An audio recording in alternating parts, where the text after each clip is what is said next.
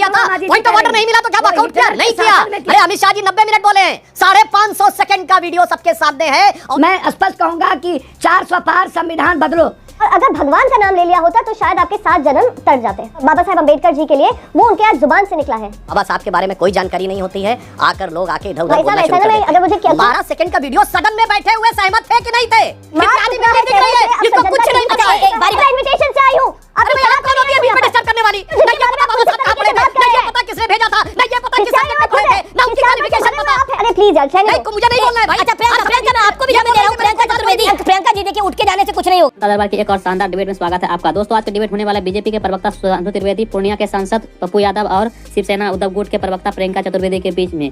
दोस्तों जब संसद में गृह मंत्री अमित शाह के बारे में स्पीच दे रहे थे तो वहाँ के मौजूद तमाम विपक्षी पार्टी आराम से सुन रहे थे। उसके बाद लोग घर जाते हैं और वहाँ पे एक नैरेटिव सेट करते हैं।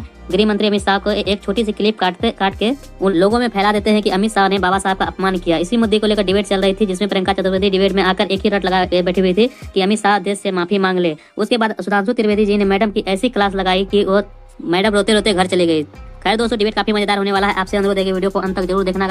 चलिए शुरू करते हैं। क्या आपको लगता है कि बीजेपी को पॉलिटिकली फंसाया जा रहा है इस पूरे मामले के अंदर? क्योंकि मल्लिकार्जुन खड़गे ने बोला है रात 12 बजे तक इस्तीफा ले लिया जाए या फिर अमित शाह को सैक कर दिया जाए। नरेंद्र मोदी को कहा है, ये प्रधानमंत्री को। पप्पू यादव जी ने जो बोला बाबा साहब को लेकर कैसा दुष्प्रचार किया जाता है, पप्पू यादव जी आप कोई बात नहीं, आपको जो लोग समझाते होंगे या इसमें पप्पू यादव जी की बात नहीं है, ये सारा लेफ्ट एयर सेकुलरिस्ट मीडिया यही समझाता है। तो मैं बताना चाहता हूं बाबा साहब की किताब है द अनटचेबल्स, जो उन्होंने 1948-49 में लिखी है। उसका जो अंग्रेजी संस्करण है उसमें 145 नंबर पेज के आसपास जाके पढ़ लीजिएगा। उन्होंने क्लियर कट लिखा है there was no untouchability in Manu's era. ये 1948-49 की बाबा साहब की किताब द अनटचेबल्स, और उन्होंने लिखा 8वीं शताब्दी के बाद भारत में इसका उल्लेख मिलता है। अब आइए साहब दूसरी किताब उनकी हु वर शूद्राज, उसका चैप्टर नंबर 1 पेज नंबर 1 आखिरी पैराग्राफ नंबर 3 उन्होंने कहा there is no connection of modern day schedule caste with the Vedic के शूद्राज जी। अब दोनों बातों के बाद बहुत स्पष्ट हो जाना चाहिए। बाबा साहब के नाम पर आए बाएं साएं बोलकर राजनीति करना और बाबा साहब का ईमानदारी से साहित्य पढ़ना अलग बात है। अब मैं इस पॉइंट के ऊपर आता हूं। अमित जी जो ये लोग कह रहे हैं, मैं पूछना चाहता हूं कि अगर इनको लगा कि कोई बात आपत्तिजनक कह दी गई है तो जो सदन में थे उन्होंने क्यों नहीं विरोध किया उस समय? बात तो सही है। मैं पूछना चाहता हूं, मैं तो राज्यसभा में बैठा था, कोई विरोध नहीं हुआ विपक्ष की तरफ से। आज यहां महुआ मांझी जी बैठी हुई हैं, वो तो राज्यसभा में थी, क्या बोला? अरे वहां विरोध करते, वॉकआउट करते, समझ में आता आपको लगा? क्योंकि आप पूरा भाषण सुन रहे थे, वो 12 सेकंड नहीं सुन रहे थे। लेकिन कहाँ बोलने दिया जाता 12 सेकंड, अरे सुनिए, पॉइंट ऑफ ऑर्डर नहीं होता है वो, आपत्ति क्या, पूरी बात सुनिए, परेशान न होइए। अब मैं पूछना चाहता हूं, अरे बताइए क्या विरोध किया था? पॉइंट ऑफ ऑर्डर नहीं मिला तो क्या वॉकआउट किया? नहीं किया। ये सारी, अब देखिए बीच में बोलना कर दिया जाता है, अब बीच में डिस्टर्ब करने के अलावा कोई विकल्प नहीं है। जैसे ही तथ्यात्मक बात आई बीच में डिस्टर्बेंस शुरू, कुछ बोलने के लिए। अमित जी यही प्रॉब्लम है, जैसे ही अनकंफर्टेबल फैक्ट आया नहीं कि बीच में डिस्टर्बेंस करना शुरू कर दिया। अब मैं बताता हूं, ये 12 घंटे बाद 12 सेकंड याद आए। अरे अमित शाह जी 90 मिनट बोले हैं, 550 सेकंड का वीडियो सबके सामने है। और मैं कहना चाहता हूं, अमित शाह जी ने तो बोला है, पीसी राय को कोट किया, मैं पुनः कोट कर रहा हूं। अरे नेहरू क्या सोचते थे अंबेडकर जी के बारे में? 16 जनवरी 1952 को जवाहरलाल नेहरू जी ने पहला चुनाव जीतने के बाद एडविना माउंटबेटन को लेटर लिखा है लखनऊ से, और लेटर का सोर्स कोट कर रहा हूं, complete works of Jawaharlal Nehru series 2 volume 17 page number 35 से 37। और वहां पे वो लिखते हैं कि our win in the Bombay city and the Bombay province was much more than expected. यानी बॉम्बे शहर और बॉम्बे प्रोविंस यानी आज का महाराष्ट्र और गुजरात, उसमें बड़ी अच्छी जीत हुई है। और आगे लाइन है Ambedkar has been dropped out, Ambedkar हार गए हैं, इसकी खुशी है। और आगे उन्होंने लिखा है socialist have joined with Ambedkar's party and that has led to loss of their repute. क्योंकि सोशलिस्ट ने अंबेडकर ठीक है सुधांशु मेरा जड़े हुए इकोसिस्टम का से नैरेटिव बिल्ड कर रहा है, जैसे लोकसभा चुनाव में बिल्ड किया कि बीजेपी आएगी, मोदी आएगा, संविधान बदला जाएगा, मोदी आएगा तो आरक्षण समाप्त होगा, एडिटेड क्लिप चलाएगा चुनाव के अंदर। और रेवंत रेड्डी का नाम आया तेलंगाना के मुख्यमंत्री का, जो कांग्रेस के थे, आम आदमी पार्टी के गुजरात के नेता का नाम आया।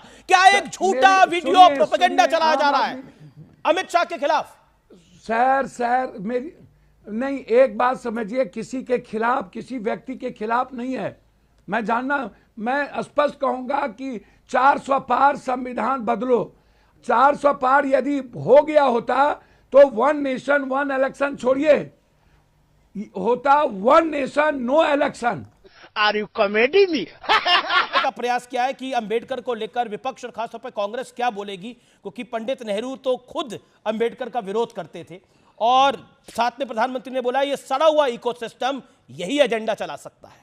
मैं बस आपसे ये कहना चाहती हूँ, पंडित जवाहरलाल नेहरू हुए, महात्मा गांधी हुए, अंबेडकर जी हुए, हमने लोकसभा में 2 दिन पूरा सुना, हमने राज्यसभा में पूरा 2 दिन सुना, पर यहाँ पर बात क्या है? मैं आपसे बस एक सरल सवाल पूछ रही हूँ, क्या अमीश देवगन जी इस बात से इत्तेफाक रखते हैं कि जो अमित शाह जी ने कहा कि अंबेडकर अंबेडकर अंबेडकर बोलना फैशन हो गया है, और अगर भगवान का नाम ले लिया होता तो शायद आपके 7 जन्म तर जाते?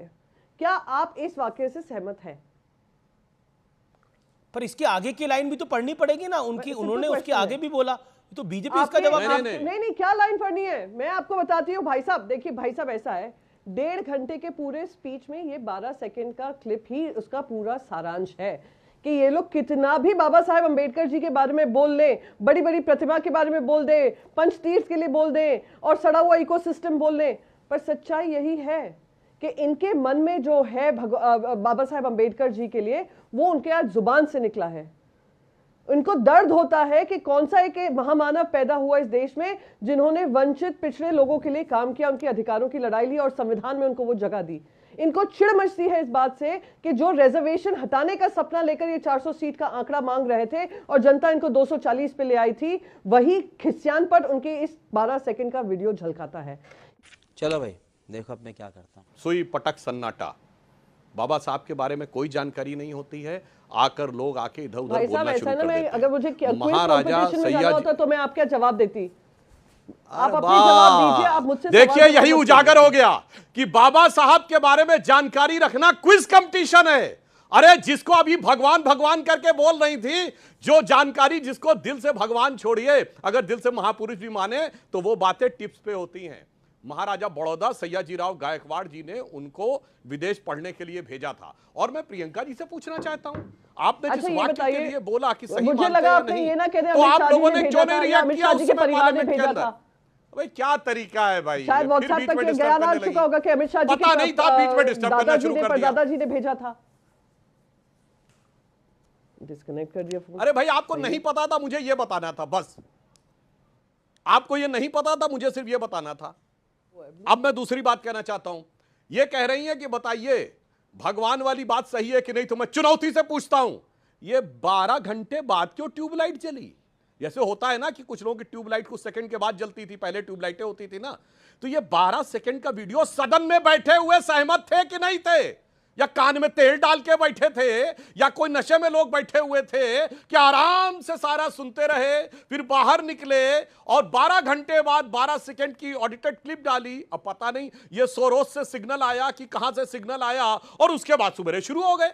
भी तो अपनी पूरी बात करेंगे भाई, बात को रख लीजिए। आप अगर किसी के पास 5 मिनट का वक्त है तो हमारे पास भी फालतू का वक्त नहीं है। ये देखिए अब इनकी भी मन की कुंठा सामने आ गई। बाय गॉड, हाँ मन की कुंठा मैं बताना चाहता हूँ, पूरी बात मुझे करने दीजिए। कोई तरीका नहीं होता है, पप्पू यादव जी 3.5 मिनट बोलेंगे, बाकी 3.5 मिनट बोलेंगे, हम उससे 2 मिनट में करने लगेंगे। बस ठीक है ठीक है ठीक है। हाँ मैं बताना चाहता हूँ, सुधांशु जी आप अपनी बात। अमित शाह जी ने कोट किया है डॉक्टर अंबेडकर के बारे में कि पीसी राय ने, अरे सुनिए प्रियंका जी आपको कुछ नहीं पता है, हवा में आके बैटिंग मत किया करिए। गजब बेइज्जती है आपके में नहीं बोल रहा था, तरीका ठीक नहीं है प्रियंका, तरीका ठीक नहीं है, आप 30 सेकंड कर रही है क्योंकि आपको कोई फैक्ट नहीं पता है, यहाँ आके सिर्फ हवा में लट्ठे बांधना है। जो बिल्ली दिख रही है जिसको कुछ नहीं पता है। एक बारी बारी सुधांशु जी पहले 40 सेकंड बोल ले, प्रियंका जी फिर मैं आपको आपका समय दे रहा हूँ। प्रियंका जी मेरा निवेदन मानिए, देखिए प्रियंका जी मेरा निवेदन मानिए, सुधांशु जी 40 सेकंड बोल ले फिर आप बोल लीजिए। सुनिए मैं आपको दे रहा हूं सुधांशु जी, मैं सुनिए प्रियंका जी बताइए बाबा साहब ने किस विषय की पढ़ाई की थी बाहर जाके और किस यूनिवर्सिटी में की थी? चलिए सुधांशु आप अपनी बात को रखिए ना, बताइए। यह नहीं पता होगा फिर खिसियानी बिल्लियों पर्सनल कमेंट करने लगते हैं। अब मैं बताना चाहता हूं, यहाँ पर सवाल सिंपल है। प्रियंका आपकी बात का जवाब दे रहे हैं, प्रियंका आपकी की बात का जवाब दे रहे हैं, भजन करते रहे, ढेले भर की जानकारी नहीं। अब मैंने क्यों पूछा, मैं बताना चाहता हूं, मैं बताना चाहता हूं। इनविटेशन से आई हूं, अरे भाई आप कौन होती है बीच में डिस्टर्ब करने वाली? देने भर का कुछ पता नहीं होता, आकर बस बीच में डिस्टर्ब करने लगे। न ये पता बाबा साहब कहाँ पढ़े थे, न ये पता किसने भेजा था, न ये पता किस सब्जेक्ट में पढ़े थे, न उनकी क्वालिफिकेशन पता, न उनका स्टेटमेंट पता। बस आकर यहाँ पे हवाबाजी करनी शुरू कर दी और 12 सेकंड बोलने के बाद आराम से वहां बैठे रहे 1.5 घंटा और यहाँ पे आके बोल रहे हैं। जी ने जो कहा बाबा साहेब अम्बेडकर जी के बारे में वो हमें स्वीकार्य नहीं है। वो माफी मांगेंगे या नहीं मांगेंगे? अब मैं बताता हूँ, माफी मांगेंगे या नहीं मांगेंगे? ठीक है प्रियंका 20 सेकंड। सुधांशु आपको मैं 20 सेकंड दे रहा हूं, आप अपनी बात को कंप्लीट करिए। अरे भाई आप अमीश जी, अमीश जी मुझे नहीं चाहिए 20 सेकंड। मैं बिल्कुल आपको भी दूंगा प्रियंका, अंडरस्टैंड प्रियंका। और उसके बाद आप कहेंगे 20 सेकंड दे रहा हूं। अरे प्लीज यार, नहीं मुझे नहीं बोलना है भाई। अच्छा प्रियंका मैं आपको भी समय दे रहा हूं। प्रियंका चतुर्वेदी आप बने रहिए प्रियंका जी। मैंने अपनी बारी का इंतजार किया और ये हर बात में बीच में डिस्टर्ब करती चली जा रही है। अच्छा प्रियंका जी मेरा निवेदन है, एक सेकंड प्रियंका जी, हमने अपनी बारी का इंतजार किया। प्रियंका जी देखिए, उठ के जाने से कुछ नहीं होगा, खत्म। वीडियो को अंत तक देखने के लिए धन्यवाद। आज का डिबेट वीडियो आप लोग को कैसा लगा आप लोग कमेंट सेक्शन में अपनी राय जरूर दे सकते हैं। अगर आप लोग अभी तक चैनल को सब्सक्राइब और वीडियो को लाइक नहीं किया तो वीडियो को लाइक, चैनल को सब्सक्राइब जरूर कीजिएगा। चलिए दोस्तों मिलते हैं कोई और लेटेस्ट डिबेट वीडियो में, तब तक के लिए जय हिंद, जय भारत, वंदे मातरम।